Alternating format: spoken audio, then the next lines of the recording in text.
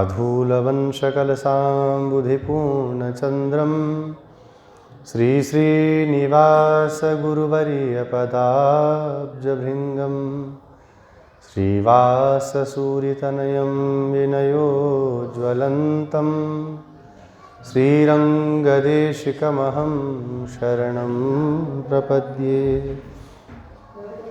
यो ब्रह्माणं विदधाति पूर्वं यो वै वेदांश प्रणोति तस्मै तगुंहदेवमात्मबुद्धिप्रकाशं मुमुक्षुर्वै शरणमहं प्रपद्ये।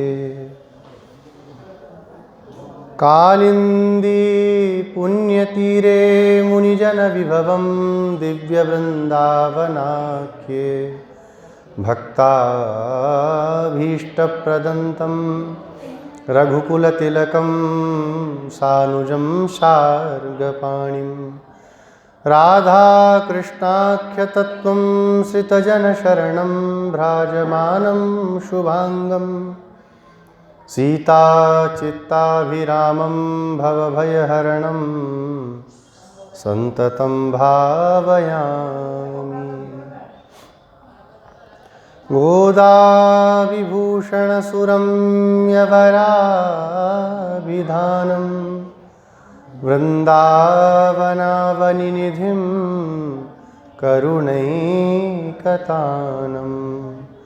हर्षावतारनिखिलेष्वपि यत्प्रधानं तद्रङ्गदेशिकधनं शरणं सराणि। श्रीस्तनाभरणं तेजः श्रीरङ्गेशयमाश्रये चिन्तामणिमिवोद्भान्तम् उत्सङ्गेऽनन्तभोगिनः। देवस्य महिषीं दिव्याम् आदौ गोदामुपास्महे यन्मौलिमालिकां प्रीत्या स्वीकरोति स्वयं प्रभु। वाञ्छाकल्पतरुभ्यश्च कृपासिन्धुभ्य एव च पतितानां पावनेभ्यो वैष्णवेभ्यो नमो नमः। वैष्णवेभ्यो नमो नमः।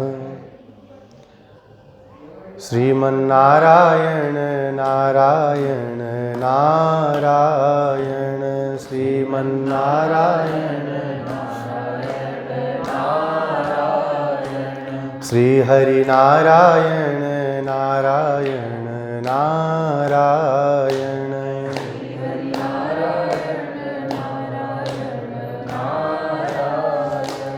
गोदानारायण गोदानारायण गोदानारायण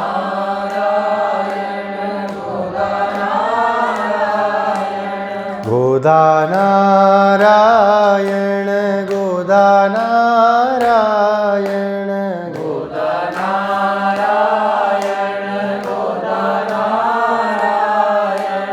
रङ्गनारायण नारायण नारायण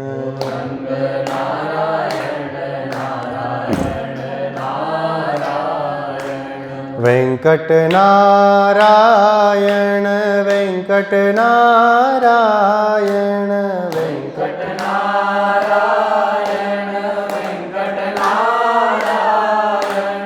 वरदनारायण वरदनारायण वरदनारायण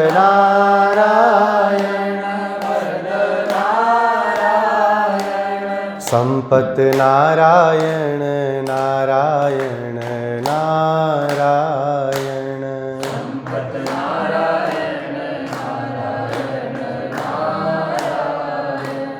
यतिवरनारायण यतिवरनारायण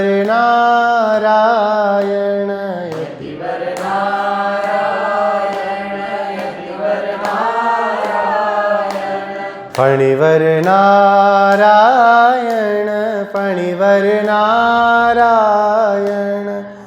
फणिवर नारायण फणिवर नारायण गुरुवर नारायण नारायण नारायण गुरुवर नारायण नारायण नारायण श्रीमन्नारायण नारायण नारायण श्रीमन्नारायण नारायण नारायण भजमन्नारायण नारायण नारायण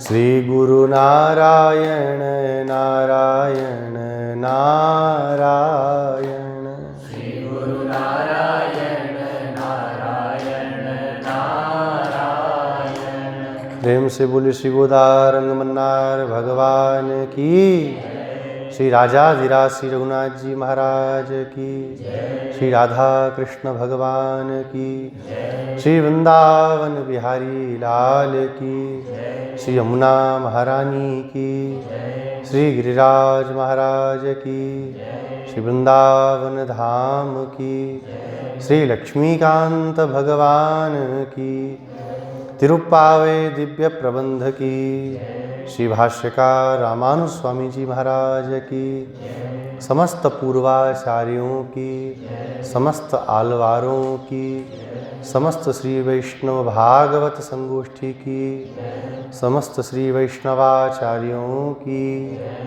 श्री गौ माता की, श्री हनुमान जी महाराज की, श्री हनुमान जी महाराज की, अखंड भारत वर्ष की, अखंड भारत वर्ष की। जय जय श्रीमन्नारायण, जय जय श्री भाष्यकार।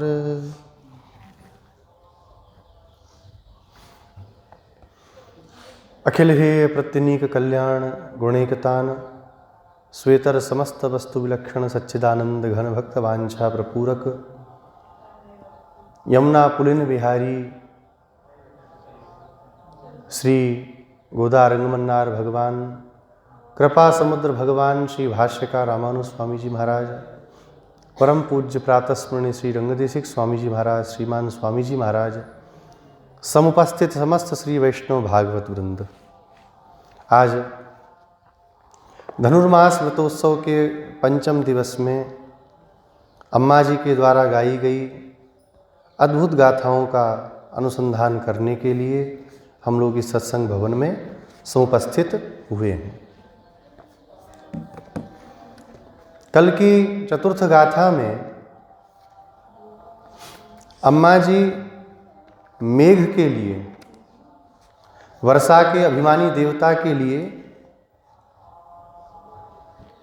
आज्ञा करती हैं कि आप खूब वर्षा करो और उस वर्षा के द्वारा यह सारा का सारा जो राष्ट्र है वह परिपूर्ण हो जाए, संपत्ति से संपन्न हो जाए।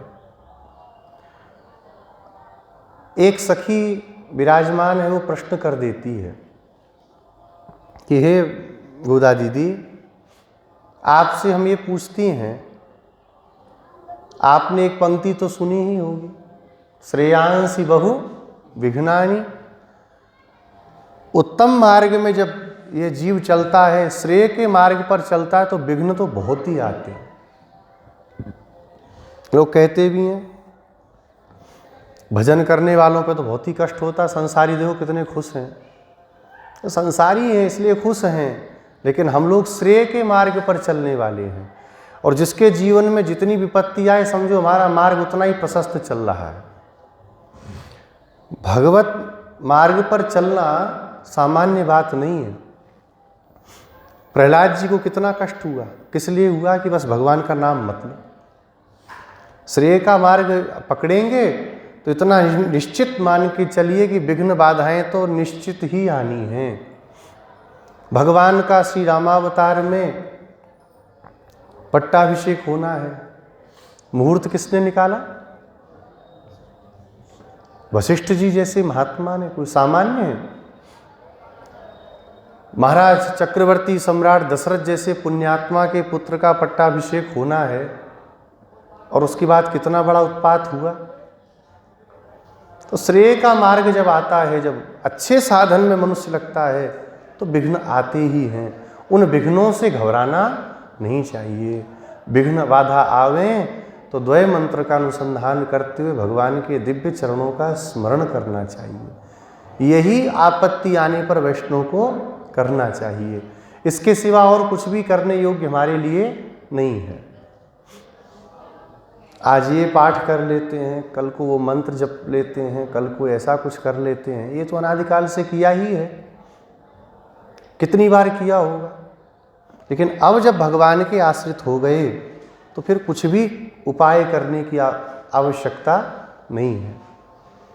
अनेक जन्मों में क्यों फंसे रहे? क्योंकि एक भगवान पर हमारा विश्वास नहीं रहा। बात समझ में आई? भगवान के ऊपर दृढ़ विश्वास नहीं हो पाया। जरा सी कोई बात है, भगवान परीक्षा भी लेते हैं, देखते हैं कि कितना विश्वास मुंह से ही बोल रहा है, माता पिता तुम मेरे शरण गहूँ किसकी, की अंदर से भी है। तो भगवान थोड़े थोड़े उत्पातों को भेजते रहते हैं कि देखो जरा पक्का करके आओ, ये हमें मानता है कि नहीं मानता, देखें कितना मानता है। जो सच्चे भक्त होते हैं वो पकड़े रहते हैं भगवान को, हे प्रभु आप स्वीकार करो चाहे मत करो, आप रक्षा करो चाहे मत करो, अब आपके चरणों को छोड़ के तो हम कहीं जाने वाले नहीं हैं। तो ऐसे भक्तों पर भगवान की कृपा जरूर होती है और कुछ बिगड़ता नहीं है। देखिए साल भर क्या हुआ इसका कोई मतलब नहीं रहता, रिजल्ट में क्या आया इसका मतलब होता है कि नहीं। साल भर क्या पढ़े क्या नहीं पढ़े पता नहीं, हाँ पेपर दे करके आए 99.99 आ गए तो क्या बोलते हैं, हाँ बहुत बढ़िया पढ़े। उनके जाने के बाद भी 2-3 पीढ़ियाँ बताती हमारे दादाजी हमारे परदादाजी इतने नंबर से पास हुए थे उस जमाने में, कहते हैं ना। ऐसे ही ये परीक्षा का काल है। रिजल्ट तो तब आएगा जब सारा संसार हमारे आगे नतमस्तक हो जाएगा। वही रिजल्ट है, वही हमारा उत्तीर्ण अंक है, वही हमारा फल है। जब सारा संसार कहेगा देखो ये कैसे भगवत भक्त हैं, जीवन में कितना कुछ हुआ, भगवान के चरणों को छोड़ा नहीं और देखो भगवान ने कुछ होने भी नहीं दिया। पांडवों के लिए कितना बड़ा कष्ट आया, लेकिन बिगड़ा क्या उनका, विचार करिए, कुछ बिगड़ा क्या पांडवों का। इसलिए निश्चिंत होकर के भगवान की शरण में प्रपन्न वैष्णव को रहना चाहिए, भागना नहीं चाहिए।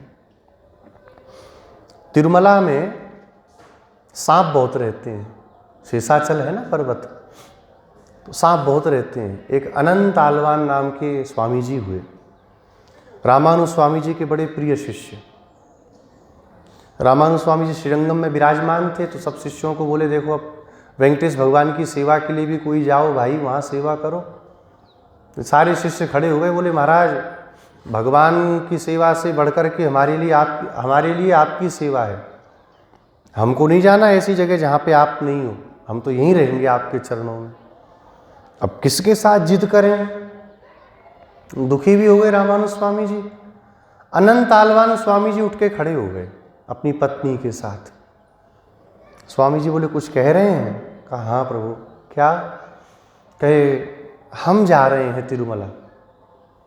प्रसन्न तो रामानु स्वामी जी बहुत हुए, लेकिन फिर थोड़ा मन लेने के लिए बोले हमारा वियोग सहन हो जाएगा? प्रभु आपका वियोग सहन करने योग्य तो नहीं है, लेकिन उस वियोग से बढ़कर के आपका ये कष्ट जो आपके चेहरे पे दिखाई पड़ रहा है ये तो और असह्य है। आचार्य शिष्य के रहते दुखी हों तो ऐसे शिष्य का फिर क्या संसार में रहना, उसका होना ना होना सब बराबर। वार्तामाला में आचार्य कहते हैं आचार्य का क्या कर्तव्य है, शिष्य के स्वरूप की रक्षा करना। शिष्य गलत जाए तो उसको डांटना, ये नहीं कि जो कह दिया हाँ हाँ ठीक है ठीक है हाँ ठीक है गुरु जी ऐसा कर, हाँ ठीक ठीक ठीक, क्यों भैया ठीक कह रहे हो, भैया बुरा मान जाएगा आएगा नहीं, फिर नहीं आए ऐसा चेला। बिल्कुल जिसको गुरु की डांट बुरी लगे ऐसे चेले का तो फिर चेला का को गुरु बनाए, फिर तो गलत मार्ग पर शिष्य जाए तो उसको रोक करके अच्छे मार्ग पर लेकर के चले। शिष्य के स्वरूप की रक्षा करना आचार्य का कर्तव्य है, और शिष्य का क्या कर्तव्य है? आचार्य के शरीर की रक्षा करना, आचार्य के शरीर की रक्षा करना। तो हमारे रहते अगर आपको कष्ट हो तो फिर हमारे जीवन का क्या फल है? आपका वियोग सहन कर लेंगे, हम कष्ट पा लेंगे, पर आपको दुख हो ये हमको सहन नहीं है। क्या करना है वहाँ पर? बोले भगवान को माला पहनानी है, सुंदर सुंदर माला बनानी है। भगवान का जो ये दिव्य देश है तिरुवेंकटम, इसको हमारे यहाँ पर बोलते हैं पुष्प मंडप। क्या बोलते हैं? पुष्प मंडप। रंगनाथ भगवान भोग मंडप खूब पाते हैं रंगनाथ भगवान। अब पाते हैं तभी दिन भर सोते हैं। कम पाए आदमी तो खड़ा रहे, वो दिन भर से सैया पे सोते हैं, कोई खाते रहते हैं, पाते रहते हैं, पवाते रहते हैं। याग मंडप श्री वरदराज भगवान यज्ञ कुंड से प्रकट हुए ना, इसलिए याग मंडप। और चौथा ज्ञान मंडप श्री मेलकोटे। मेलकोटे में आज भी बड़े बड़े विद्वान, बड़े बड़े मनीषी आज भी विराजमान हैं, वो ज्ञान मंडप कहा जाता है। तो वो पुष्प मंडप है, वहाँ जाके भगवान की पुष्प सेवा करनी है। अपनी पत्नी को लेकर के अनंत आलवान स्वामी जी तिरुमला में आ गए। अभी तो बहुत वैभव है, तब तो कोई मंदिर में भी नहीं जाते दर्शन करने ज़्यादा लोग, कुछ वैष्णव रहते थे। भगवान का बगीचा लगाना है, उद्यान, तो जल भी चाहिए कि नहीं सींचने को। तो एक कुदाल लेकर के, कुदाल समझते ना, गादाला बोलते हैं अपने यहाँ, उसको लेकर के खोदने लगे। अब जब खोदने लगे तो उनकी पत्नी थी गर्भवती, तो उनको बोले इसको परात को उठाओ, जाओ फेंक के आओ, सेवा करो भगवान की। तो उठा के धीरे धीरे फेंक के आवे, फिर रखें। अनंत आलवान तोड़ते हैं पत्थरों को। मिट्टी खोदना तो सरल होता है, पत्थर तोड़ना तो बहुत कठिन होता है। एक वैष्णव बेचारे फिर भी प्रयास कर रहे हैं भगवत सेवा के लिए। उठा करके फेंकने लगी उनकी पत्नी, तो एक छोटा सा बालक वहाँ पे आ गया। आकर के बोला, अम्मा आप ही सब सेवा कर लोगी, हमें कुछ नहीं दोगी? कहा आप क्या करोगे? कहे यहाँ तक तो आप ले आती हो, तो यहाँ परात हमें दे दिया करो, उसके आगे हम फेंक आया करेंगे। अच्छा ठीक है, ये लो। अब वो फेंक के आवे, इनकी पत्नी को दें। ये आकर के 2-3 बार में जब देखा तो अनंत आलवान स्वामी जी बोले, क्यों देवी इतनी जल्दी फेंके आ रही हो? पहले तो परात फेंक के आने में तुमको समय लगता था, अभी तो बहुत जल्दी जाते हो, फिर चली आती हो। और वो भी बड़ी अद्भुत हैं। कहती हैं महाराज मैं पूरा फेंक के नहीं आती, इसलिए मुझे समय कम लगता है। एक छोटा सा बालक है बड़ा सुंदर, वो आके मुझसे परात मांगा, यद्यपि देने का मन तो नहीं किया, लेकिन वो जिद करने लगा, तो मैंने कहा दुखी हो, तो हमने दे दिया परात। नाराज हो गए स्वामी जी। कहा भगवान की सेवा में प्रमाद करती हो? देखिए भगवत सेवा जो हमें मिले उस सेवा को अपना मान के करना चाहिए, प्रमाद नहीं करना चाहिए भगवान की सेवा में। अपने फेंक करके आओ, कोई मांगने से क्या होता, नहीं देना, ठीक है महाराज। लेके गई, वो वहीं पे बालक खड़ा था। कहा लाओ अम्मा, कहे नहीं अब नहीं दूंगी। अरे दे दो ना, नहीं दूंगी। तो हाथ से छीन करके दुखी सा मुंह बना के बोले, भगवान की सेवा में जितना अधिकार आपका हमारा नहीं है, हमें भी थोड़ा करने दो। अब माताएं तो स्वभाव से ही दयालु होती हैं, अच्छा ले जाओ। फिर फेंका। फिर जब लौट के आई तो स्वामी जी बोले, अभी भी गया नहीं वो लड़का, है ना? और वो जिद कर रहा है, महाराज तो क्या करें, वो छीन लेता है। रुको मैं देखता हूँ कौन है। तो अपना वो कुदाल लेकर के अनंत आलवान स्वामी जी गए। तो वहाँ छोटे से बालक को देखा, बड़ा सुंदर मनोहारी। कहा चले जाओ यहाँ से, दिखना नहीं, बहुत मार लगेगी नहीं तो। भगवान देख करके हंसने लगे। तो अनंत आलवान स्वामी जी को थोड़ा चिढ़ आ गई, तो डराने के लिए ऐसे उन्होंने कुदाल उठाया, यही मारूंगा। जब किया तो हाथ से फिसल गया कुदाल, जान के नहीं मारा, फिसल गया हाथ से। अरे वैष्णव तो चींटी मर जाए तो पश्चाताप करते, अरे चींटी मर गई बेचारी, किसी को कुदाल फेंक के मारेंगे। वो हाथ से फिसल गया डराने के चक्कर में, और जाके थोड़ी पर लग गया, थोड़ी से रक्त का प्रवाह होने लगा। तो घबरा गई, शरीर कांप गया। बोले बताओ तिरुमला में धाम में आकर के भगवान के धामवासी को कुदाल मार दिया। तो बोले लाला रुक जाओ, कम से कम हल्दी तो लगाने दो। वो आगे आगे भगे, पीछे पीछे अनंत आलवान स्वामी जी भागते भागते भागते मंदिर की ओर भाग गए। अंदर जाकर के देखा तो बालक तो गायब। तो सोचा चलो भगवान से क्षमा प्रार्थना कर लें। जाकर के देखा तो श्री वेंकटेश भगवान की थोड़ी से रक्त का प्रवाह बह रहा था। देख करके प्रणाम करके बोले प्रभु क्या लीला है। बोले हम ही आए थे आपकी सेवा करने, और बताइए बड़े बड़े देवता हमारा पूजन करते हैं और आप हमें कुदाल फेंक के मारते हैं। कहा प्रभु गलती हो गई, भगवान को कपूर का लेप लगाया। तो आज भी आप लोग चित्रपट में दर्शन करिए, या कभी भगवान कृपा करके बुलावें तो दर्शन करने जाइए, तो आज भी भगवान के थोड़ी पर कपूर का लेप लगाया जाता है। अनंत आलवान स्वामी जी की वो जो कुदाल है, आज भी जब मंदिर में प्रवेश करते हैं तो जो प्रधान गोपुर है उसमें दाहिने हाथ पर प्रवेश करते समय दाहिने हाथ पर वो ऊपर टंगा हुआ है वो कुदाल। ऐसे अनंत आलवान स्वामी जी, ऐसी निष्ठा जिनकी आचार्य चरणों में की सेवा हमको करनी है। एक दिन भगवान की पुष्प सेवा कर रहे थे तो पुष्प चयन करते समय एक सांप ने उनको काट लिया। सर्प ने काट लिया तो चारों तरफ हल्ला मच गया कि अरे स्वामी जी को तो सांप काट गया। आकर के बोले महाराज नीचे चलिए तिरुपति में, तिरुमला ऊपर, तिरुपति नीचे। तिरुपति में एक बहुत बड़े मांत्रिक हैं। वो मंत्रों के द्वारा सांप के जहर को उतार देंगे। अनंत आलवान स्वामी जी धीरे से मुस्कुराए, बोले भगवत शरणागत होकर के दूसरे का आश्रय क्या लेना। देखो सांप अगर बलवान होगा तो शरीर छोड़ के भगवान के नित्य धाम में की कैंकर्य करने जाएंगे, सेवा करने जाएंगे। हम बलवान होंगे तो यही सेवा करते रहेंगे। इसलिए हमको दूसरा आश्रय नहीं करना, हमको दूसरे आश्रय में नहीं जाना। ऐसे ही वैष्णव को भी अन्याश्रय कभी भी लेना नहीं चाहिए। एक भजन है ना, जाही विधि राखे राम ताही विधि रहिए। जैसा भगवान वैष्णव को रखें वैसा ही रहना चाहिए। भगवान से भी प्रार्थना नहीं करनी चाहिए, भगवान सब करने वाले हैं कह करके हम भगवान को छोटा बना देते हैं। भगवान तो सब कर ही रहे, क्यों कहना, जब जरूरत लगेगी तो कर ही देंगे।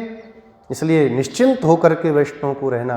कैसे रहना, तो हमारे आचार्यों में एक पराशर भट्टर स्वामी जी हैं। वो कहते हैं जैसे छोटे बच्चे होते हैं ना मिट्टी से खेलने वाले, वो जैसे निश्चिंत रहते हैं, ऐसे ही द्वय मंत्र के आश्रय में रहने वाले श्री वैष्णव को भी निश्चिंत रहना चाहिए। कुछ भी चिंता नहीं करनी चाहिए। चिंता कर रहे हैं तो काहे के वैष्णव रहे। अम्मा जी से कहती हैं इतना बड़ा हम व्रत अनुष्ठान करने जा रही हैं, कितने विघ्न आएंगे, तो उन विघ्नों की शांति के लिए कुछ करा जाए। तो अम्मा जी कहती हैं कोई ज़रूरत नहीं है।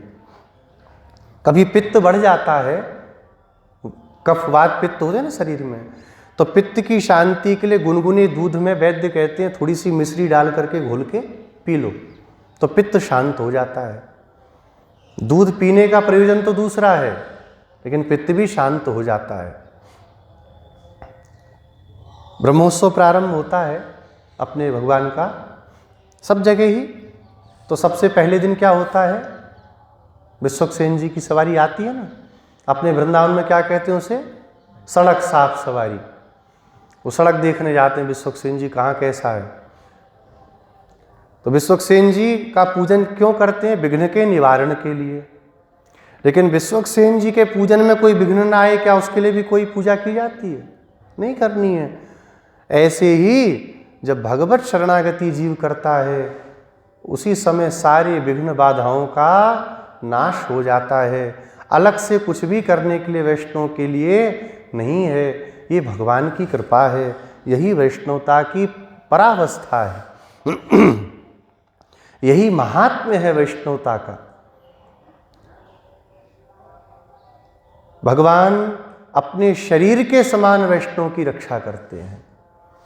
सर्वेषामेव धर्माणाम उत्तमो वैष्णवो विधि रक्षते भगवान विष्णु भक्तान आत्म शरीरवत। श्री माधव सेवा में ये श्लोक गुरु जी ने उद्धृत किया है।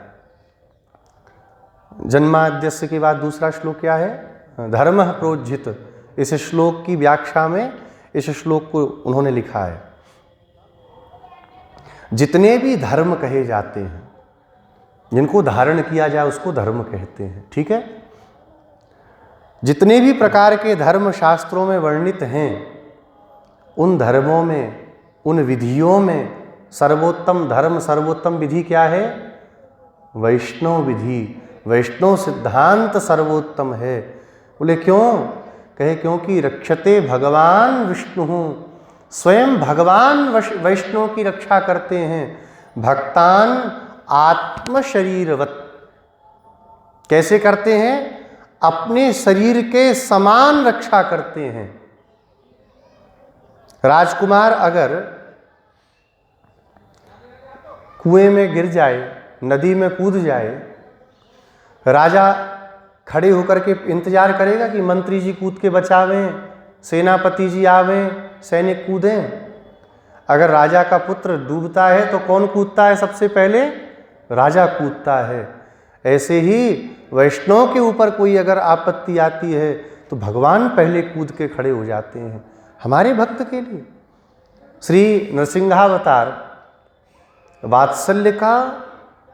वात्सल्य की परावस्था, पराकाष्ठा है नरसिंहावतार। इतना क्रोध भगवान को क्यों हुआ? हिरण्यकशिपु के लिए? बोले नहीं, भगवान को क्रोध देवताओं पर हुआ कि अगर देखिए हिरण्यकशिपु पे होता तो जिस समय उसका वध किया क्रोध शांत हो जाना चाहिए था, शांति से भगवान बैठ जाते। लेकिन उसके बाद तो क्रोध भगवान का और बढ़ गया। क्यों बढ़ा? बोले देवता स्तुति करने आ रहे थे तो भगवान को बहुत क्रोध आया।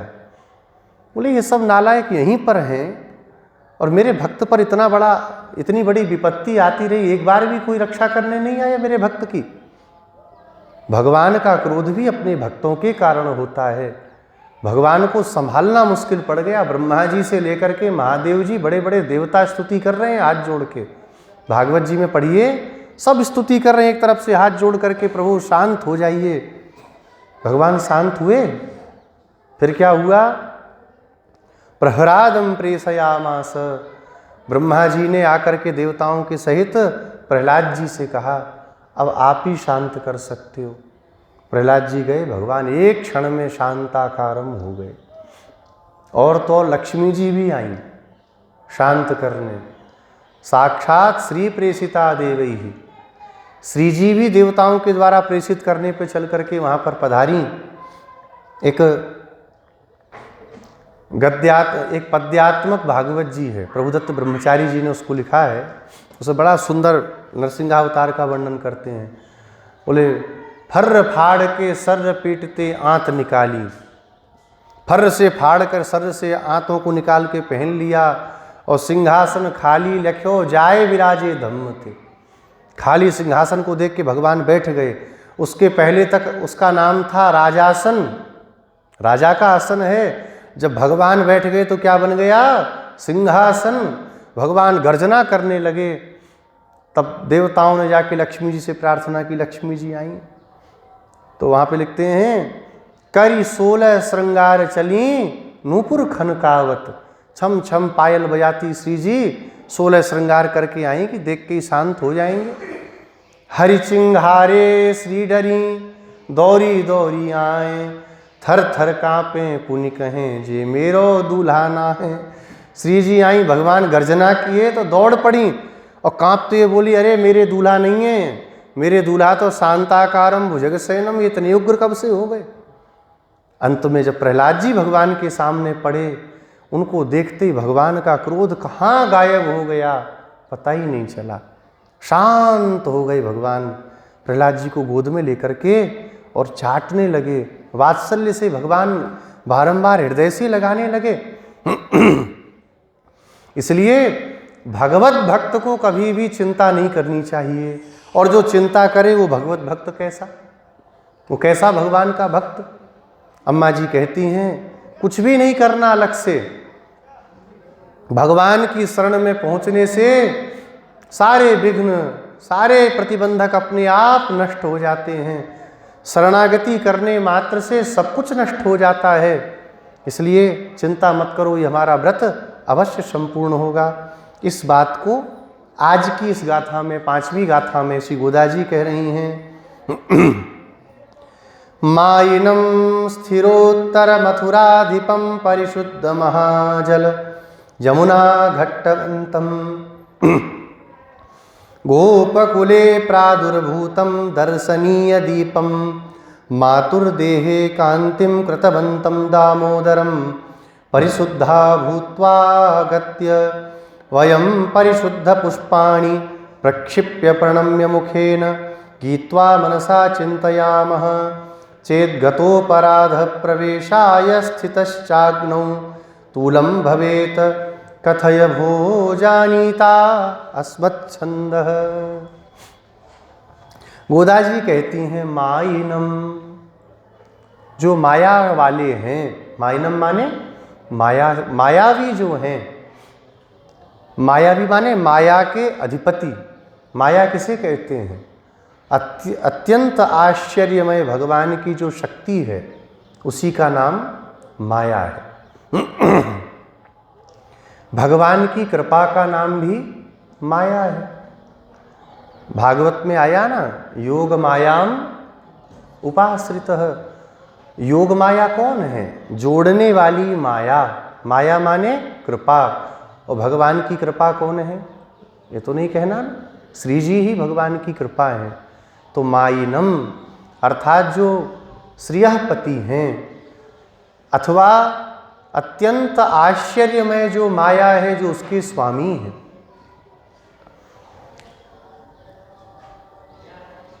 बड़े बड़े मेले जब लगते हैं तो उनमें जादूगर आते हैं ना, खूब जादू दिखाते हैं।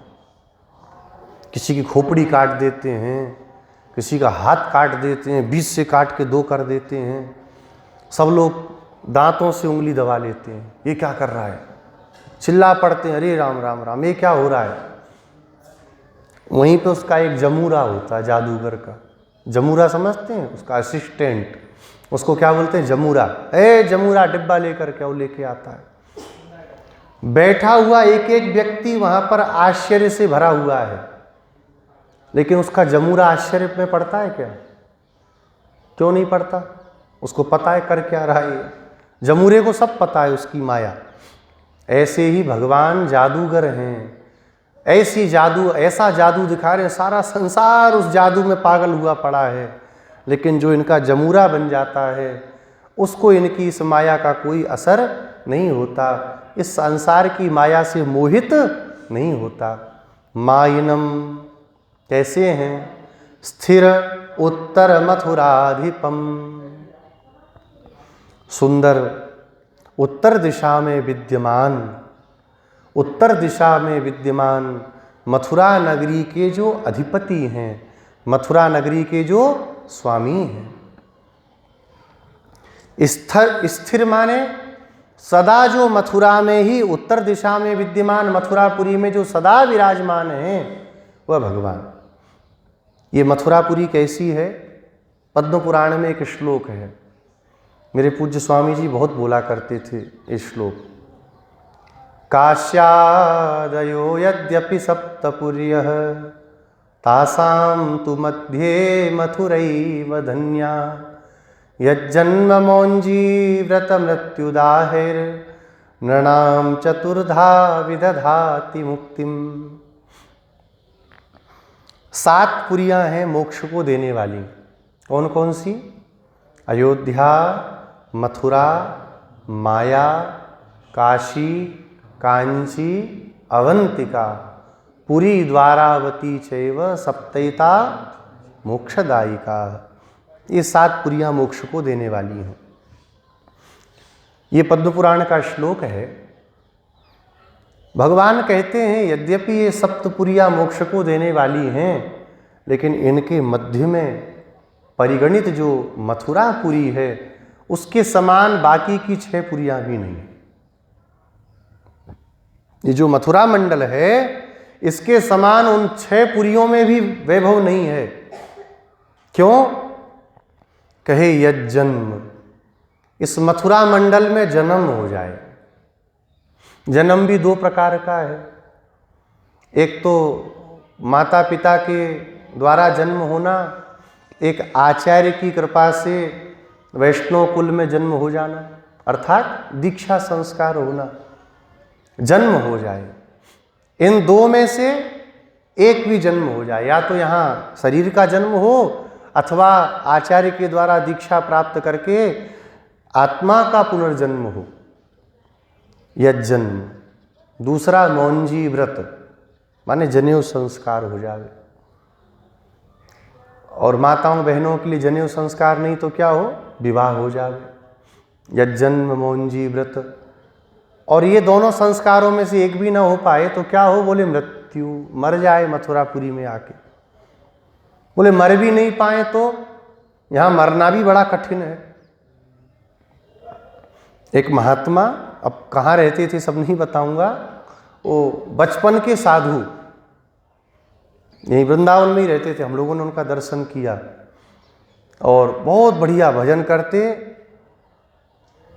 अंतिम अवस्था आई तो घर वाले सब आ गए। कहा कम से कम आखिरी बार तो घर पे अपने पैर धर दो आप चल करके। उनको भी पता नहीं, जीवन में कभी झांकने नहीं गए, वृद्धावस्था में पता नहीं कितना मोह ममता जगी आई, बोले चलो ले चलो। और घर जाने के 5-6 दिन बाद जय जय सीताराम। यहाँ मरना भी बड़ा कठिन है। और न मर पाए तो क्या करे, बोले दाह ही, अंतिम में दाह संस्कार हो जाए। कहीं मरे और मथुरापुरी में ला करके यमुना जी के तट पर जला दे। इन 4 में से एक कार्य भी अगर हो गया तो समझो कि मोक्ष प्राप्त हो जाएगा। जन्म मौंजी व्रत मृत्यु दाहे ही नृणाम चतुर्धा विदधाति मुक्तिम। इन 4 में से अगर एक भी हो गया तो भगवान का परम पद मिलना निश्चित है। श्री ध्रुव जी महाराज से नारद जी ने क्या उपदेश दिया? तत्तात गच्छ भद्रम ते यमुनायास्तटम शुचि पुण्यम मधुवनम यत्र सानिध्यम नित्यदा हरेः। हे पुत्र, अब तुम मधुवन में चले जाओ जहाँ भगवान यमुना के तट पर नित्य वास करते हैं। यह ऐसा दिव्य धाम है जिस धाम को छोड़ के भगवान कभी कहीं नहीं जाते। पुराणांतर में एक पंक्ति आती है, वृंदावनम परित्यज्य पादमेकम न गच्छति। भगवान इस वृंदावन को छोड़ करके एक पग भी बाहर नहीं जाते। इतना अभिमत स्थल है भगवान का। भगवान सदा सर्वदा यहाँ विराजमान है। पूर्व समय में वामन भगवान का यहाँ वास हुआ। उनसे भी पहले भगवान वाराह का यहाँ पर वास हुआ। भगवान वाराह यहाँ विराजमान रहे। वाराह घाट है ना यमुना जी का, वाराह भगवान का वह स्थान है। तो ऐसा यह पुण्य क्षेत्र है। और ऐसे इस पुण्य क्षेत्र के जो अधिपति हैं, उत्तर दिशा में विद्यमान जो मथुरापुरी है, उस मथुरापुरी के दिव्य जो अधिप हैं, इसके जो रक्षक हैं, इसके जो स्वामी हैं, ऐसे भगवान श्री कृष्ण का। और परिशुद्ध महाजल यमुना घट्टवंतम, कितनी बड़ी बात गोदा अम्मा कह रही हैं। गोदा मैया कहती हैं परिशुद्ध, शुद्ध भी बोल सकती थी, परिशुद्ध, जिससे शुद्ध कोई दूसरा जल हो ही नहीं सकता। ऐसी सी यमुना जी का महाजल, महान अगाध जल जहाँ पर है, ऐसे यमुना जी के घट पर वास करने वाले, घट्टवंतम, यमुना के घाट पर विचरण करने वाले। गंगा जी बड़ी शुद्ध हैं। निम्नगानाम यथा गंगा। सूत जी कहते हैं कि जैसे नदियों में सर्वोत्तम नदी कौन है? गंगा है। गंगा जी की पवित्रता क्यों है? क्योंकि गंगा जी भगवान के श्री चरण से निःसृत हैं, प्रकट हुई हैं। यमुना जी, बोले यमुना जी नदी तो है ही नहीं, यमुना जी तो साक्षात भगवत रूप हैं। सरयू जी के जल में भगवान ने क्रीड़ा की, जल क्रीड़ा। कोई देखे वाल्मीकि रामायण, तो स्नान तो किया लेकिन कूदा कादी की, खेले वहाँ पर? भगवान नहीं खेले। अन्य नदियाँ हैं, गंगा जी हैं और भी हैं, उन नदियों के जल में भगवत क्रीड़ा का कहीं वर्णन आता है? पर यमुना जी के जल में खूब क्रीड़ा की। यमुना जी, श्री गंगा जी भगवान के चरण का अमृत हैं, चरणामृत हैं, और यमुना जी भगवान का अधरामृत हैं। जब यमुना जी में क्रीड़ा करते हैं तो क्या करते हैं? बदमाशी थोड़ी जाएगी इनकी। यमुना जी में कूद करके यमुना का जल भर लेते हैं अपने मुख में और गोपियों के ऊपर पिचकारी मारते हैं भगवान। तो इन यमुना जी को भगवान के श्री मुखारविंद का भी स्पर्श प्राप्त है। और कितनी महान यमुना जी हैं। भगवान श्री रामचंद्र पंचवटी में थे, रावण हरण करके लेकर के गया सीता जी को। कौन सी नदी है वहाँ? गोदावरी। गोदावरी जी से भगवान ने पूछा, क्या सीता को आपने देखा? रावण के भय के मारे गोदावरी ने बताया नहीं कि हाँ हमने देखा है। अरे कहीं पता चल गया मैंने बताया तो कहीं रावण मुझे कष्ट ना दे। गोदावरी ने नहीं बताया। और वहीं कंस के कारागृह से लेकर के भगवान को चले वसुदेव जी। यमुना जी ने अपने स्वरूप को ही सिमटा लिया कि ठाकुर जी जा रहे हैं, कोई कष्ट नहीं हो जाए। कंस के बिल्कुल नाक के नीचे रह करके भगवान की रक्षा करना, भगवान की सेवा के लिए अपने को सिमटा लेना, ये यमुना जी ने किया। भगवान के लिए इतना बड़ा कैंकर किया। इसलिए मानो श्री गोदा जी की दृष्टि में सर्वोत्तम नदी के रूप में अगर कोई है, सर्वोत्तम जल के रूप में अगर कोई जल है तो किसका है? श्री यमुना जी का। ये यमुना जी का पवित्र जल है, जिस जल में भगवान क्रीड़ा करते हैं। यहाँ के घाट बड़े पवित्र हैं, जिन घाटों में भगवान सखियों के साथ नृत्य करते हैं। यमुना के पुलिन पर भगवान महारास करते हैं, महारास करते हैं। ऐसी श्री यमुना जी के घाट पर वास करने वाले, यमुना जी के पवित्र घाट पर विचरण करने वाले यमुना पुलिन बिहारी हमारे ब्रज में कहते हैं। यमुना के पुलिन माने तट पर विहार करने वाले प्रभु। गोपकुले प्रादुर्भूतम दर्शनीय दीपम। और कहाँ प्रकट हो रहे हैं? बोले ब्राह्मणों के कुल में प्रकट हुए कि क्षत्रियों के?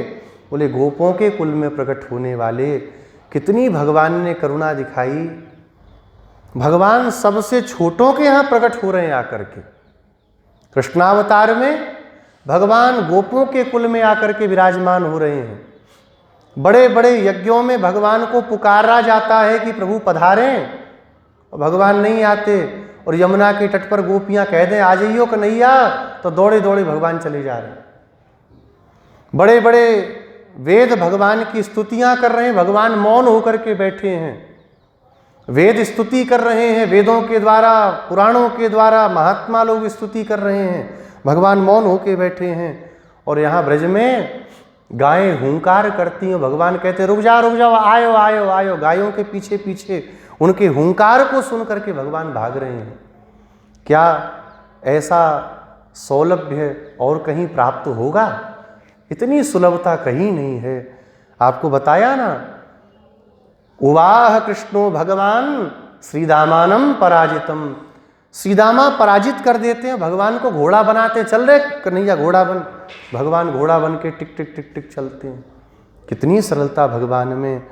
गोपकुल में प्रकट हुए जो दर्शनीय दीप हैं। खूब तेज सूर्य की किरणें निकली हों, वहाँ दिया जलाओ तो दीपक का कोई प्रकाश होता है क्या? नहीं होता। लेकिन अंधकार हो और अंधकार में, कक्ष में अंधकार में स्थान पर दिया जलाओ तो कितना बढ़िया प्रकाश होता है। वैकुंठ में भगवान का ऐसा प्रकाश नहीं है जो यहाँ ब्रज में है। भगवान के सौलभ्यादि गुण वहाँ पर सब जंग लग रहे हैं। दया गुण भगवान का, करुणा गुण भगवान का, भगवान का कारुण्य। वहाँ किस पर करुणा करेंगे, किस पर दया करेंगे? वहाँ पर भगवान किसको सौलभ्य दिखाएंगे, किसके लिए भगवान अपना सौशील्य गुण दिखाएंगे? वहाँ उन गुणों का प्रकाश नहीं है। लेकिन यहाँ ब्रह्मा जी आए, आकर के भगवान ने अघासुर का उद्धार किया तो सोचा चलो प्रभु का दर्शन कर लें। आए और आकर के एक सेई गांव है अपने ब्रज में, क्या नाम है? सेई। सेई गांव में भगवान अपने ग्वाल बालों के साथ में वनभोज कर रहे हैं।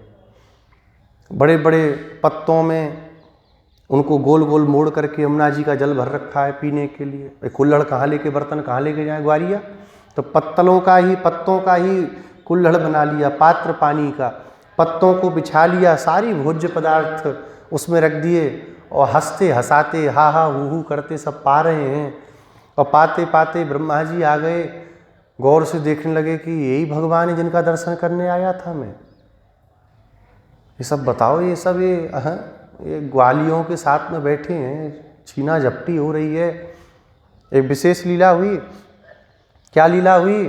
बोले सीदामा जी ने देखा ठाकुर जी पुआ उठा करके पा रहे थे। पुआ जब पुआ उठा के पाने लगे तो सीदामा जी ने हाथ पकड़ लिया, खबरदार, रोज रोज तू ही पाएगा, हमारे तो पेट ही ना है, लाए कूदे। छीन लिया, भगवान के हाथ से अपने पाने लगे। ब्रह्मा जी बेचारे चक्कर में आ गए, बोले यही भगवान है, इसका दर्शन करने आया हूँ। अरे आचमन किया जाता है प्रसाद पाने के पहले, फिर पंचग्रास लिए जाते हैं, कितना नियम होता है, मौन होकर प्रसाद पाना चाहिए पवित्र होकर के। हा हा हू हो रहा है, एक तरफ डंडा संभाल रहे हैं, एक तरफ से अपना सींग खींच रहे हैं, भैया मेरा सींग मत चाहिए रे, मेरा सींग मत ले जाए, दल्ला दल्ला। उस तरफ गायों को देख करके हूँ कर रहे हैं। ये भगवान है। इतनी सुलभता, ऐसा रस क्या वैकुंठ में भी बरस रहा है कहीं? ऐसा रस कहीं भी नहीं है। भगवान ने जितना सौलभ्य इस ब्रज में प्रकट किया, ऐसा सौलभ्य अभूतपूर्व है, वो कभी किसी अवतार में नहीं हुआ। देखिए, किसी अवतार में तुलना भी नहीं करनी, हमारे लिए सब बराबर हैं।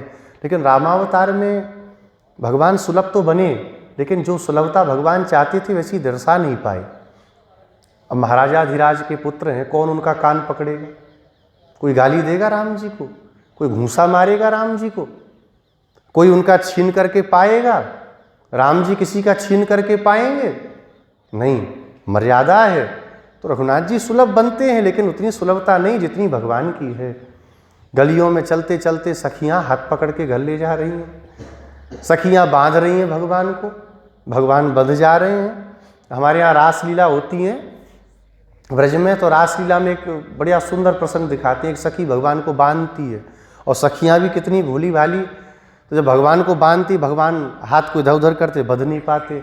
भगवान कहते हैं, चौरी आज तक तेने किसी को बांधा था? बोले नहीं महाराज।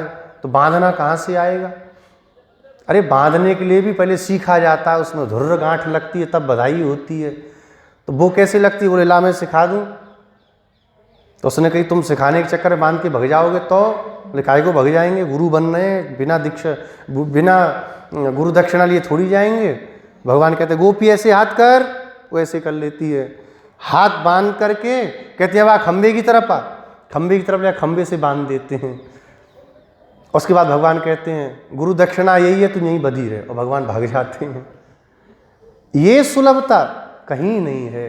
दर्शनीय दीपम, सारा का सारा ब्रजमंडल प्रकाशित हो रहा है भगवान के कारण। यद्देव की सुत पदाम्बुज लब्ध लक्ष्मी। ये वृंदावन कैसे इतनी शोभा को प्राप्त कर रहा है? कहाँ का है?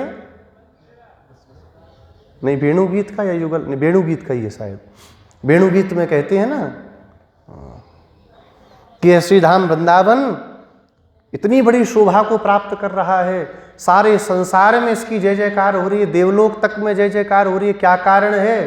बोले श्री देवकी जी के जो सुत हैं, देवकी नंदन यशोदा नंदवर्धन भगवान के श्री चरणों से प्राप्त लक्ष्मी के कारण इसकी शोभा बढ़ी हुई है। दर्शनीय दीपम मातुर्देहे कांतिम कृतवंतम। और जब से इनका जन्म हुआ, 80 साल की बूढ़ी यशोदा मैया भी 25 साल की युवती लगने लगी। इतना तेज हो गया। भगवान के प्रकट होने मात्र से यशोदा जी का तेज बढ़ गया। यशोदा जी का तेज बढ़ गया भगवान के कारण, अथवा भगवान की माँ में इतना तेज है इसलिए भगवान का तेज बढ़ गया। दोनों ही बात है। माँ के गुण तो बालक में आते हैं ना, तो माँ के अंदर ही इतना तेज है, इतने सुंदर मैया के सौंदर्यमय नेत्र हैं कि मैया के जैसी आकृति बालक की हो गई।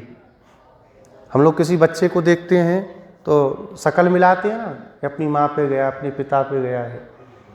तो भगवान के अंदर जो कांति है कहाँ से आई? बोले यशोदा मैया के कारण इनमें भी कांति आ गई। मातुर देहे कांतिम कृतवंतम, माँ के लिए कांति को प्रदान कर दिया।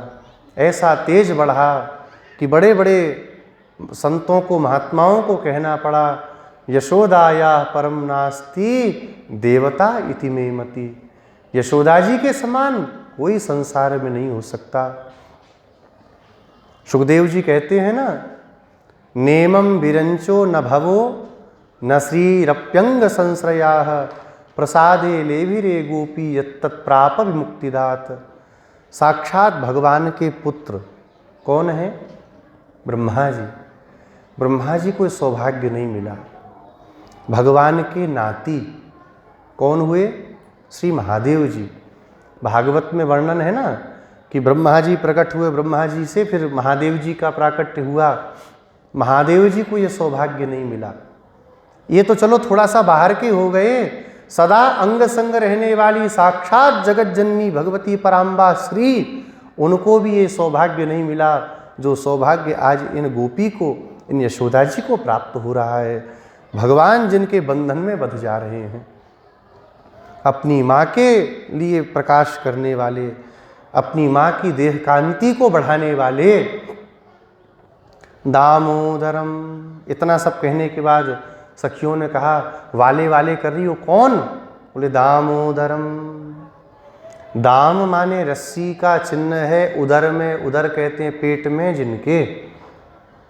मैया ने जब बांधा भगवान को तो आज तक वैकुंठ में बैठे भगवान भी उस दामोदर बंधन, उस दामोदर चिन्ह को भगवान अपने से दूर नहीं किए। भगवान उसको सदा अपने लिए विराजमान कर लिए कि मेरी माँ ने मुझे प्रेम से बांधा है। भगवान को रस्सी से बांध दिया। माता कुंती स्तुति करती हैं भगवान की, और स्तुति करती हुए कहती हैं, गोप्या ददे त्वयि कृतागसि दाम तावत् याते दशाश्रु कलिलांजन संभ्रमाक्षम वक्त्रम निनीय भय भावनया स्थितस्य सामां विमोहयति भीरपि यद्बिभेति। अमावस्या की रात्रि में, अमावस्या का दिन है, और ये अमावस्या कौन सी है? कार्तिक की अमावस्या है। एक बहुत बड़ा पर्व होता है। कौन सा? दीपावली। दीपावली का दिन था। प्रातःकाल मैया स्वयं स्नान आदि करके रात्रि में भगवान का पूजन करना है, लक्ष्मी नारायण भगवान का, तो दधि मंथन करने लगी। भगवान की नींद खुल गई, और नींद खुली, ओ बढ़िया अंगड़ाई लेते हुए, आँखों को मीड़ते हुए भगवान चले। आँखों को मीड़ने से जो काजल लगा था वो सब फैल गया। देखा तो हाथ खराब हो गए, वो धोती में ही पोंछ दिया। अपना कौन सा धोना, मैया ही धोएगी। पोंछ दिया उस काजल को कपड़ों में, और प्रसन्न होकर के चले। धोती की जो लांग थी वो भगवान के चरण में फंस करके खुल गई। तो क्या शोभा है भगवान की?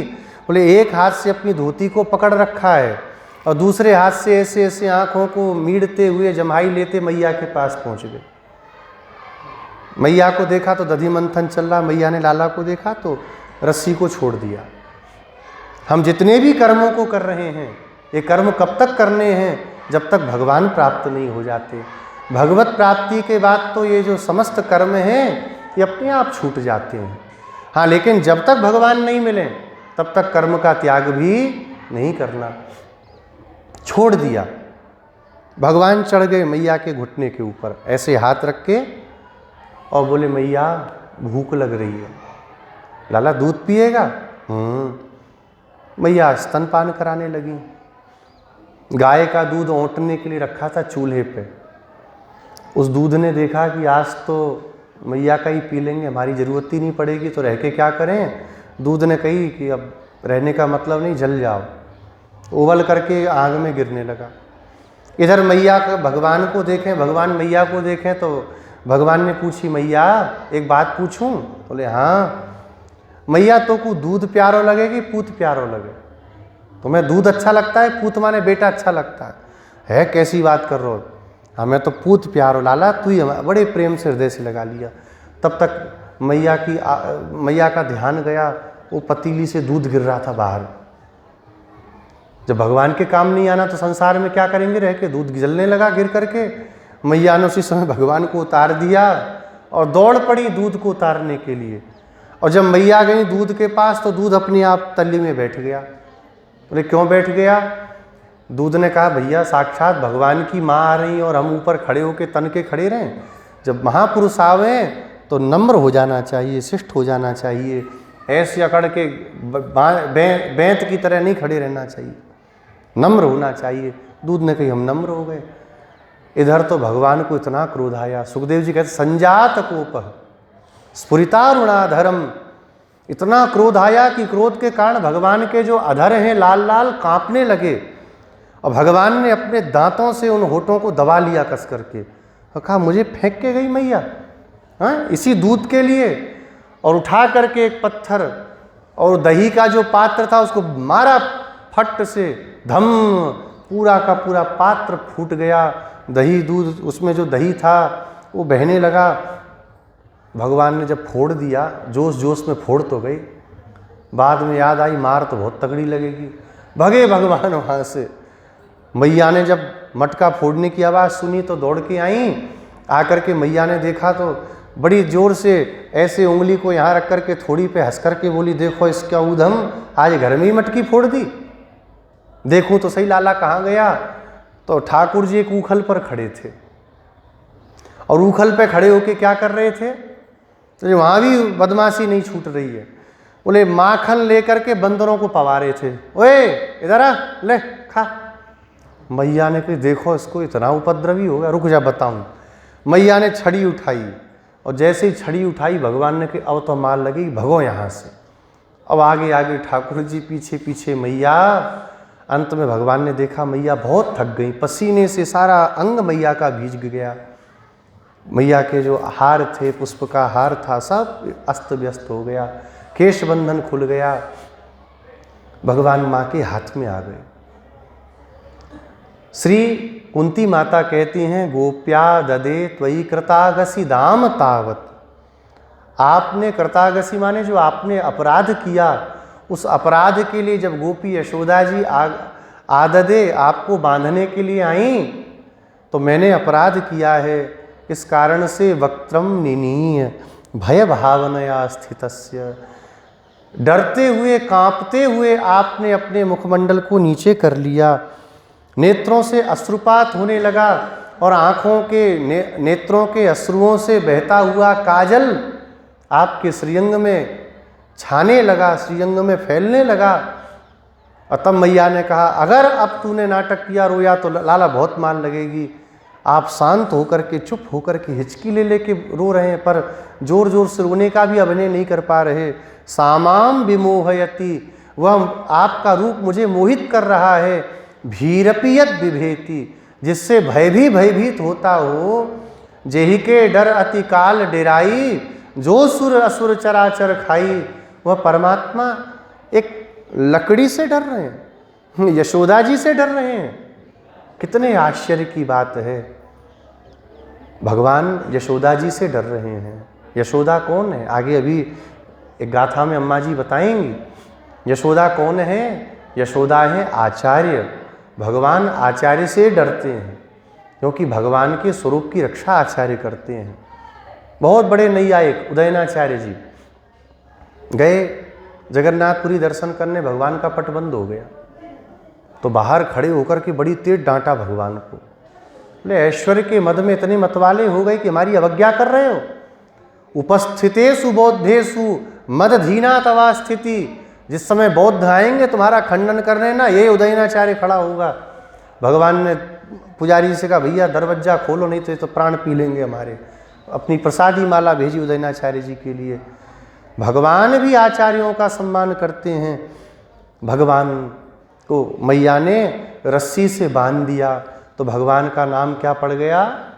दामोदर। ऐसे जो दामोदर हैं, जिनसे भयभीत हो लेकिन जो भक्तों से डरते हैं, ऐसे प्रभु का हम परिशुद्धा भूत्वा, परिशुद्ध हो करके, परिशुद्ध होना क्या है? बोले स्नान करके परिशुद्ध होना। बोले स्नान होके परिशुद्ध होना तो आधा ही है। बाहर से हम जितने पवित्र हैं उससे ज्यादा हमको अंदर से पवित्र रहना है। 3 टाइम मंदिर जा रहे हैं, 3 समय संध्या कर रहे हैं, लेकिन सोचते दिन भर क्या है, किसी तरह से इसका ये काम बिगड़ जाता तो अच्छा रहता। हमको सामान्य नहीं समझना, 3 काल संध्या करते तुम्हारा तो नाश करके मानेंगे। लड़ाई होती तो यही कहते हैं, 10 माला अलग से इसके लिए जपेंगे, देखना तुम्हारी कौन गति करेगा, कौन तुम्हें बचाएगा। जब परिशुद्ध हो जाएंगे तो किसी के प्रति कोई दुर्भावना नहीं रहेगी। कितना कष्ट दिया प्रहलाद जी को हिरण्यकशिपु ने, लेकिन जिस समय भगवान नरसिंह ने इसका उद्धार किया तो भगवान की दृष्टि पड़ी, प्रहलाद जी एक कोने में खड़े होकर के रो रहे थे। भगवान समझ गए। भगवान ने कहा पुत्र वरदान मांगो। प्रहलाद जी ने क्या वरदान मांगा? प्रभु मेरे पिताजी सदा आपका अनादर करते रहे, आपके भक्तों का अनादर करते रहे, आपने प्रकट होकर के उनका उद्धार किया। हे प्रभु मेरे पिता को दुर्गति प्राप्त ना हो, आप यही कृपा करना।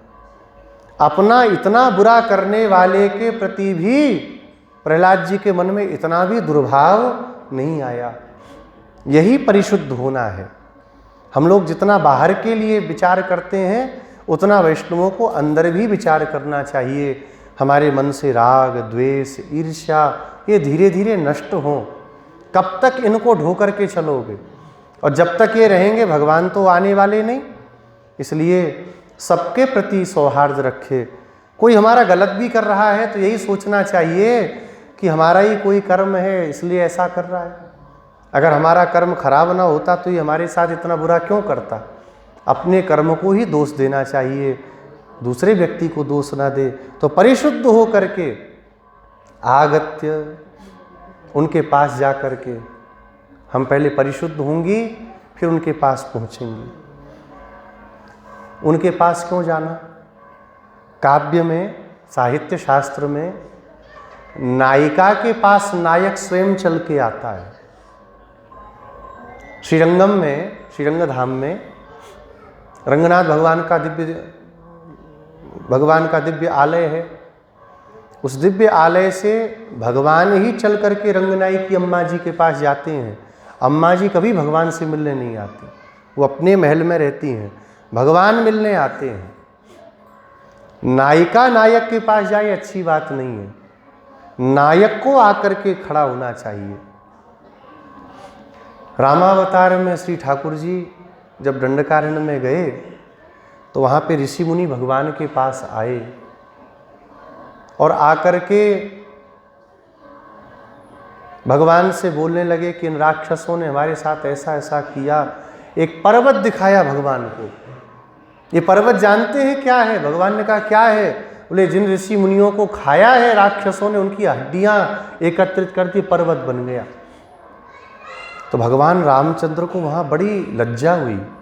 भगवान ने कहा आप सब मुझे क्षमा करिए, आपको मेरे पास आना पड़ा, मैं क्यों आपके पास पहले नहीं आया? मुझे बड़ी लज्जा लग रही है। तो जब हम सब छोटी छोटी हैं उनके पास जाएंगी तो उनको लज्जा लगेगी कि बताओ ये सब गोपियाँ मेरे पास आई, मुझे इनके पास जाना चाहिए था। अथवा दूसरा भाव, हम भगवान के पास जाएंगी क्यों? यद्यपि रस साहित्य में ऐसा नहीं होना चाहिए, तब भी आर्त व्यक्ति क्या करना क्या नहीं करना इस पर विचार नहीं करता। हम आर्त हैं, वो विलंब करें तो करें, हम पहले पहुंच जाती हैं, हमारा क्या चला जाएगा। हम उनके पास चल कर के पहुँचें और परिशुद्ध पुष्पाणि प्रक्षिप्य, सुंदर पुष्पों को भगवान के लिए समर्पित करेंगे। परिशुद्ध पुष्पों को। परिशुद्ध पुष्प क्या है? क्या शुद्ध और अशुद्ध पुष्प भी होते हैं? बोले हाँ। सकाम भाव से, ध्यान से सुनिएगा, सकाम भाव से चढ़ाए जाने वाला पुष्प गोदा जी की दृष्टि में अपवित्र पुष्प है। निष्काम भाव से भगवान की सेवा के लिए जो चढ़ाया जाने वाला पुष्प है वही पुष्प परिशुद्ध पुष्प है। दुनिया भर का मल तो लगा ही दिया ना उसको लेकर के जाने में। हे प्रभु ये हो जाए, ऐसा हो जाए, संसार में हम देखो माला चढ़ा रहे हैं, फूल चढ़ा रहे हैं, हमारे पे इतनी कृपा करना, ऐसा हो जाए। वो सारे पुष्प अशुद्ध हो गए, संसार की वासना उसमें लग गई। और ये हमारे प्रभु इन पुष्पों को धारण करेंगे। अरे भगवान तो कैसे हैं, गुंजावतंस परिपिच्छल सन्मुखाय। ब्रह्मा जी स्तुति में कहते हैं गुंजा के पुष्पों को जिनको कोई नहीं पूछता। वृंदावन में छोटे छोटे जो पत्ते हैं, छोटे छोटे जो पुष्प हैं, जिनको कोई देवता नहीं चढ़वाता अपने ऊपर, उनको भी माला पहन करके आप घूमते हो। भगवान सबको स्वीकार करते हैं, पर वो शुद्ध होना चाहिए। अथवा जिन पुष्पों को भगवान को चढ़ा दिया वो अपने आप परिशुद्ध हो जाते हैं। कई भाव हैं, तो परिशुद्ध पुष्पों को प्रक्षिप्य भगवान के चरणों में छोड़ करके प्रणम्य उनको प्रणाम करेंगे। पुष्पों को छोड़ करके हम भगवान के चरणों में प्रणाम करेंगे। पुष्प क्या है? निर्मल अंतःकरण ही पुष्प है। और उस पुष्प को भगवान को छोड़ करके भगवान को हम प्रणाम करेंगे। मुखे न गीत्वा, और मुख के द्वारा भगवान की स्तुति करेंगी, भगवान के लिए गान करेंगी, भगवान के लिए सुंदर सुंदर भावों को गावेंगी। और मनसा चिंतयामः, और मन से भगवान का चिंतन करेंगे। 3 प्रकार की सेवा है, कायिक, वाचिक और मानसिक। परिशुद्ध पुष्पाणि प्रक्षिप्य प्रणम्य, ये क्या हो गई? कायिक सेवा। पुष्प चढ़ाना इंद्रियों के द्वारा, ये हो गई हाथ के द्वारा, ये क्या हो गई? कायिक सेवा। दूसरी सेवा हो गई मुखेन गीत्वा, वाचिक सेवा भगवान की। और तीसरा मनसा चिंतयामः, मानसी सेवा। तीनों प्रकार की सेवा वैष्णव को भगवान की करनी चाहिए। वाणी के द्वारा सुंदर स्तुति गावे। अब उत्तर के वैष्णव लोग तो, हम लोग प्रबंध तो नहीं जानते, दिव्य प्रबंध दक्षिण की भाषा में है, तो क्या करें? कम से कम आलवंदार स्तोत्र का पाठ प्रत्येक श्री वैष्णव को करना ही चाहिए। गुरु परंपरा का पाठ करें और आलवंदार स्तोत्र का पाठ जरूर करें। आप एक बार अन्य किसी स्तोत्र का पाठ करो चाहे मत करो, अन्य का नाम भी क्या लिया जाए, चलो सबसे ज़्यादा करते हैं विष्णु सहस्त्र नाम का। श्री विष्णु सहस्त्र नाम का भी पाठ एक बार आप पे समय नहीं है तो मत करिए, लेकिन आलवंदार स्तोत्र का पाठ वैष्णव को सदा करना चाहिए। एक बार एक बहुत अच्छे अपने दाक्षिणात्य आचार्य हैं, बड़े सरल, हम लोगों पे बड़ी कृपा है उनकी, श्रीनिधि स्वामी जी, वो सुना रहे थे, कहे कि जब कांची प्रतिवाद भयंकर अनंताचार्य गादी स्वामी जी महाराज जगन्नाथपुरी में पधारे, तो वहाँ पर प्रातः काल में मंत्रार्थ की चर्चा होती थी। तो उसमें अंदर कब जाने देते थे? 2 लोग बाहर खड़े रहते थे, 2 वैष्णव। और अंदर कब जाने को मिलता था जानते हैं? ये नहीं आपने 12 तिलक लगा रखे हैं, तुलसी की माला है तो हाँ स्वरूप देख के जाओ जाओ जाओ। आलवंदार स्तोत्र का श्लोक पूछते थे, कहीं से भी पूछते थे, अगर सुना दिया तो अंदर जाने दे, नहीं भगा देते थे। जब तुमको आलवंदार नहीं आता तो तुम्हारे अंदर क्या वैष्णवता होगी? इसलिए इस चीज़ को हम लोगों ने देखा, हमारे उत्तर भारत में तो अब आलवंदार स्तोत्र ही नहीं पता वैष्णवों को होता क्या है। नेपाल में गए तो वहाँ पे माताएं हैं, सबको आलवंदार स्तोत्र याद। इतना तो है वहाँ आज भी, कम से कम नेपाल में रक्षा कर रखी है वैष्णव धर्म की। आलवंदार का पाठ प्रत्येक वैष्णव को जरूर करना चाहिए। जैसा भाव आलवंदार स्तोत्र में है, जैसी प्रपत्ति, जैसा भगवान के चरणों का अनुराग, वैसा कहीं संसार में नहीं है। इसलिए हमारे यहाँ उसको क्या कहते हैं? स्तोत्र रत्न। 3 रत्न वैष्णवों को जरूर जानने चाहिए, 3 रत्न जरूर जानने चाहिए। सबसे पहले मंत्र रत्न, दूसरा स्तोत्र रत्न, तीसरा पुराण रत्न। मंत्र रत्न क्या है? द्वय मंत्र, स्तोत्र रत्न क्या है? आलवंदार। और पुराण रत्न क्या है? श्री विष्णु पुराण। इन तीन को जरूर वैष्णवों को जानना चाहिए। पहले के समय सभी वैष्णव लोग, सभी वैष्णव मंदिरों में आलवंदार का पाठ होता था। दक्षिण में भी इस बात की कमी है। दक्षिण में प्रबंध का पाठ सब कर लेते हैं, पर आलवंदार का पाठ वहाँ भी नहीं करते। जरूर करना चाहिए। यामुनाचार्य स्वामी जी ने कितनी अद्भुत स्तुति भगवान के चरणों में की, सब कुछ उसमें समाया हुआ है। आलवंदार में 66 श्लोक हैं। कितने हैं? 66। तीनों मंत्रों में कितनी संख्या है? गिन लेते हैं। अष्टाक्षर मंत्र में कितने अक्षर हैं? 8। द्वय मंत्र में 25। 8 और 25 कितने हो गए? इसके बाद में चरम श्लोक में 32। कितने हो गए? 65। हाँ, तो 65 ही श्लोक हैं, 66 नहीं, 65 ही श्लोक आलवंदार में है। तात्पर्य समस्त मंत्र का रहस्यत्रय का सार श्री आलवंदार में यामुनाचार्य स्वामी जी ने रखा। इसलिए उसका पाठ जरूर करना चाहिए। मनसा, मन के द्वारा भगवान का चिंतन करें। कैसे करेंगे? द्वय मंत्र का जप करेंगे। ये वैष्णव की अम्मा जी ने 3 सेवा बता दी ना, अब हमारी भी 3 सेवाएं हैं। वाचिक सेवा क्या है? आलवंदार का पाठ करना, गुरु परंपरा का पाठ करना, विष्णु सहस्त्रनाम का पाठ करना, आचार्यों के द्वारा गाए गए स्तोत्रों का पाठ करना। कुछ भी समय नहीं मिले तो कम से कम 3 पाठ तो वैष्णव को करने चाहिए प्रतिदिन। आप सबसे निवेदन है इन 3 पाठों को अपने नियम में जरूर लाइए। सबसे पहले तो गुरु परंपरा पूरी, और गुरु परंपरा के अंतर्गत ही चतुश्लोकी भी आ जाएगी, कांतस्ते पुरुषोत्तमः, इसका भी पाठ करें। गुरु परंपरा के बाद में यतिराज विंशति, यतिराज विंशति नाम का एक स्तोत्र है। 20 ही श्लोक हैं, और विंशति नाम है ना, तो 20 ही श्लोक हैं। श्री वरवर मुनि स्वामी जी के द्वारा प्रसादित है। रामानुज स्वामी जी के चरणों में जब तक हमारी अगाध श्रद्धा नहीं होगी, हमारा कल्याण होने वाला नहीं है। श्री रामानुज संप्रदाय के वैष्णवों में हमारे यहाँ पर आचार्याभिमान को सर्वोपरि उपाय हम लोग मानते हैं, और आचार्याभिमान में रामानुज स्वामी जी हमारे लिए सर्वोपरि हैं। इसलिए घर में रामानुज स्वामी जी की एक फोटो वैष्णवों के जरूर होनी चाहिए। रामानुज स्वामी जी के संबंध में जब तक शरणागति नहीं होगी, कल्याण नहीं होगा। तो वरवर मुनि स्वामी जी के द्वारा रामानुज स्वामी जी के चरणों में यतिराज विंशति नाम का दिव्य स्तोत्र गाया गया।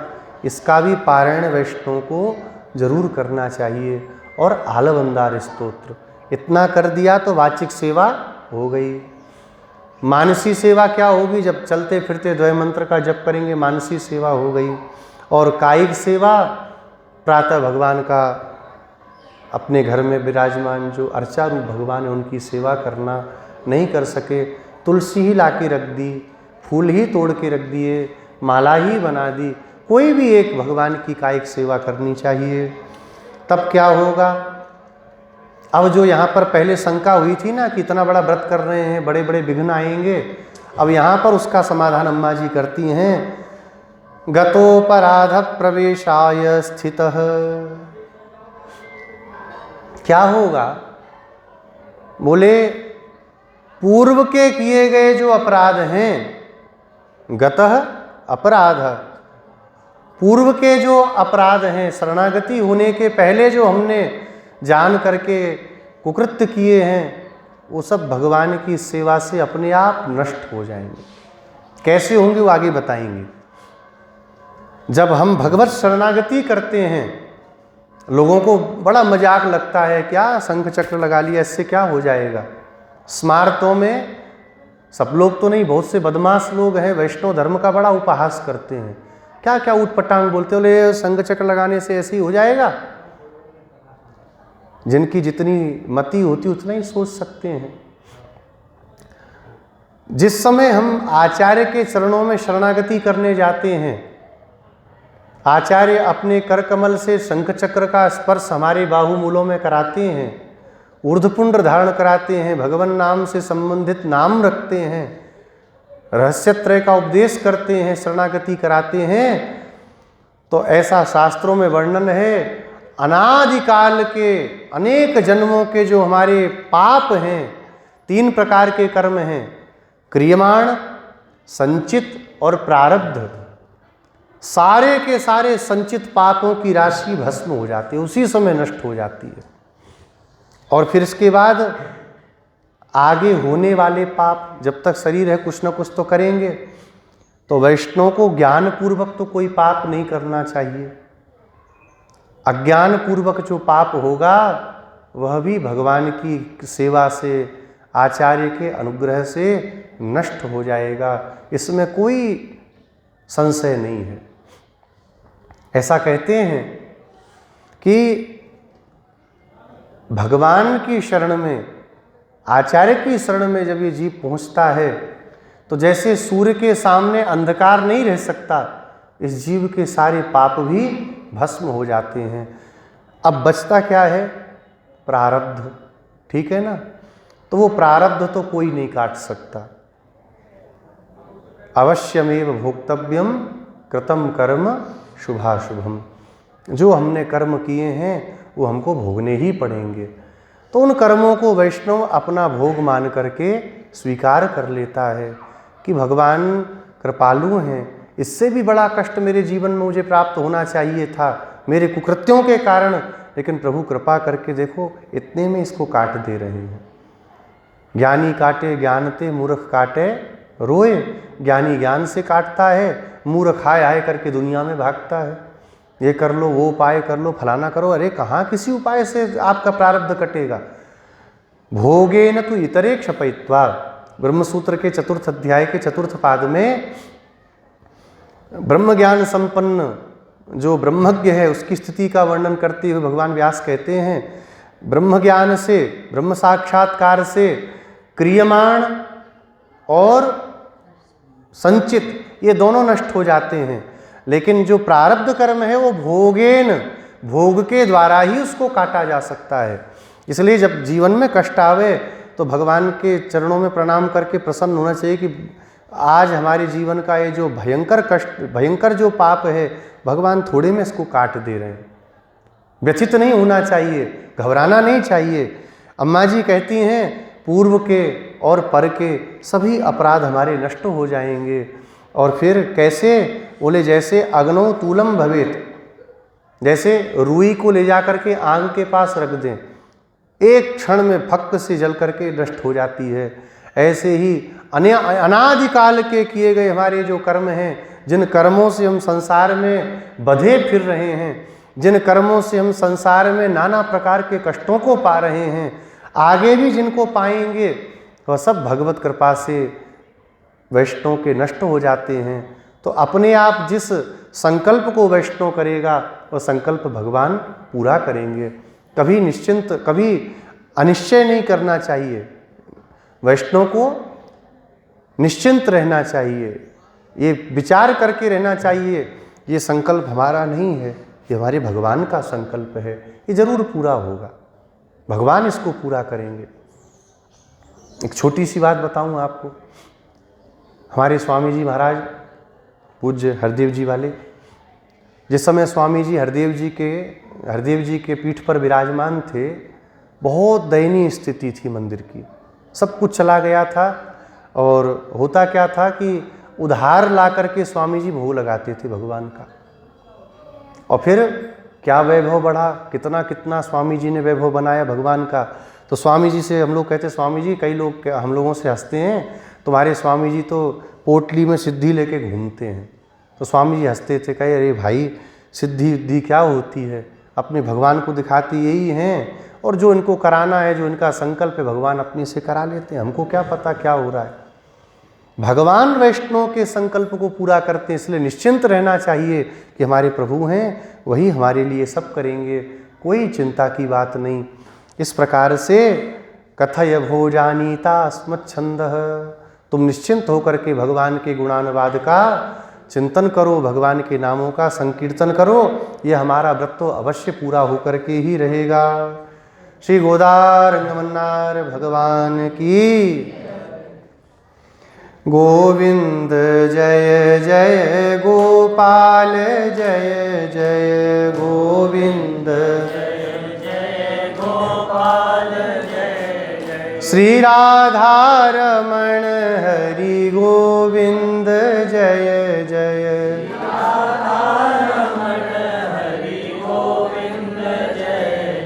श्री राधा रमण हरि गोविंद जय जय।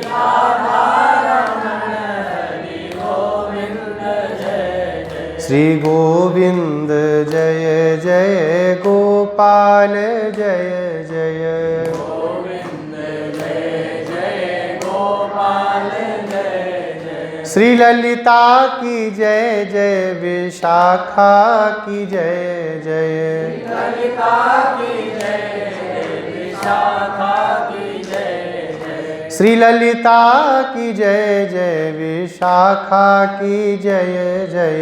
ललिता की जय जय विशाखा की जय जय। बरसाने वाली प्यारी राधा जू की जय जय। बरसाने वाली प्यारी राधा जू की जय जय। गोविंद जय जय गोपाल जय जय गोविंद जय जय गोपाल जय जय। बाबा की जय जय मैया की जय जय। बाबा की जय जय मैया की जय जय। श्री बाबा की जय जय मैया की जय जय। बाबा की जय जय मैया की जय जय। दाऊ दयाल बड़े भैया की जय जय। दाऊ दयाल बड़े भैया की जय जय। श्री गोविंद जय जय गोपाल जय जय गोविंद जय जय गोपाल जय जय। श्री राधा रमण हरि गोविंद जय जय। राधा रमण हरि गोविंद जय जय। श्री राधा रमण हरि गोविंद जय जय। राधा रमण हरि गोविंद जय जय। श्री गोदारंगमन्नार भगवान की। तिरुप्पावे दिव्य प्रबंध की। श्री भाष्यकार रामानुज स्वामी जी महाराज की। समस्त आलवार आचार्यों की। पूज्यपाद श्री रंगदेशिक स्वामी जी महाराज की। श्रीमान श्री स्वामी जी महाराज की। समस्त श्री वैष्णव भागवत संगोष्ठी की। जय जय श्रीमन्नारायण। जय जय श्री भाष्य।